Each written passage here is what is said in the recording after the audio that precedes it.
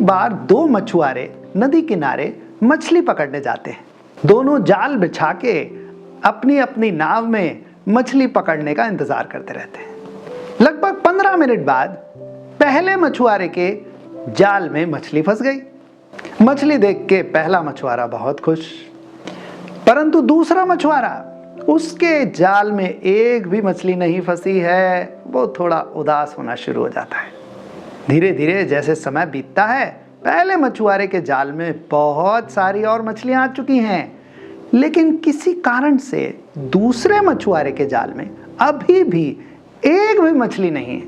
अब दूसरा मछुआरा पहले मछुआरे को देख रहा है, इतनी सारी मछली, तो उससे रहा नहीं गया। उसने कहा, भाई थोड़ी मदद मेरी भी कर दो, जाने क्यों मेरी एक भी मछली नहीं फंस रही।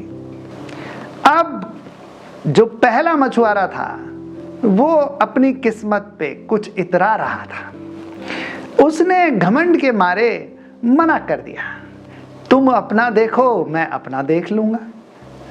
आखिर करीब 3 घंटे बाद बड़ी मुश्किल से दूसरे मछुआरे के जाल में भी एक बड़ी सी मछली फंस जाती है, पर वो उसे देखता है, उदास सा होके उसे वापस फेंक देता है। थोड़ी देर बाद एक दूसरी मछली फंसती है दूसरे मछुआरे के जाल में। वो उसे भी देख के खुश होने के बजाय उदास सा होके उसे भी वापस फेंक देता है।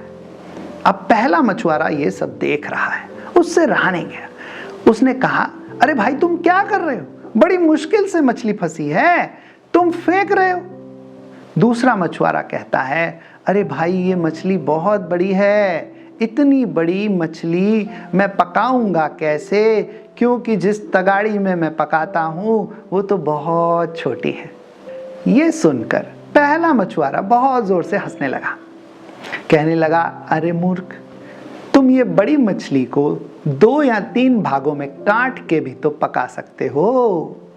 दोस्तों, हम भी जीवन में कई बार बड़े बड़े सपने, बड़े बड़े ख्वाब लेके बैठे रहते हैं, परंतु इस बड़े लक्ष्य को पाने में जो जीवन में छोटी छोटी बाधाएं आती हैं, उनसे हम हताश हो जाते हैं, निराश हो जाते हैं, छोड़ देते हैं, गिव अप करते हैं। हमें उस छोटी मोटी मुश्किल में अटकना नहीं है, वहीं रुकना नहीं है, उसके बावजूद आगे जाना है। उस मौके को हमें पहचानना है और उसे सही ढंग से इस्तेमाल करना है। दोस्तों, जब मैंने भी as a hobby life coaching, business coaching start की थी, तो मुझे भी लगा कि इस काम को बड़ा कैसे कर पाऊंगा। और फिर आ गया कोविड और लॉकडाउन। अब जहां physical face to face session होते थे, कॉर्पोरेट ट्रेनिंग्स होती थी, वो सब हो गई बंद। मेरे लिए भी वो बड़ा लो फेस था। और फिर मैंने धीरे धीरे ऑनलाइन कोचिंग स्टार्ट की। ऑनलाइन में मुझे ऐसा लगता था, अरे इसमें रियल डिफरेंस, रियल ट्रांसफॉर्मेशन जिसके लिए मैं इतनी मेहनत करता हूँ, वो कैसे हो पाएगा, वो तो शायद संभव नहीं। पर धीरे धीरे ऑनलाइन करते करते भी मैंने वो तरीके निकाल लिए कि कैसे वो डीप शिफ्ट, वो मेजर इम्पैक्ट, वो अंदरूनी इनसाइट्स मैं ऑनलाइन कम्युनिकेट करते हुए भी ला सकता हूं। तो रास्ते सब निकलते हैं। आप अगर ठान लें, मान लें, तो छोटी छोटी अपॉर्चुनिटी बहुत बड़ी हो जाती है।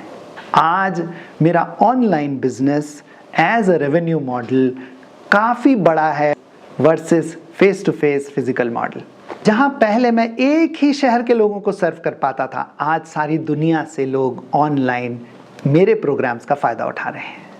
क्या आप भी ऐसे ही कहीं जीवन में छोटी मोटी चीज़ से अटक के कोई बहुत बड़ी अपॉर्चुनिटी को छोड़ रहे हैं? तो दोस्तों, ऐसा मत कीजिए, आगे बढ़िए, 1 बाय 1 स्टेप लेते चलिए, रास्ते अपने आप खुल जाएंगे। Thank you.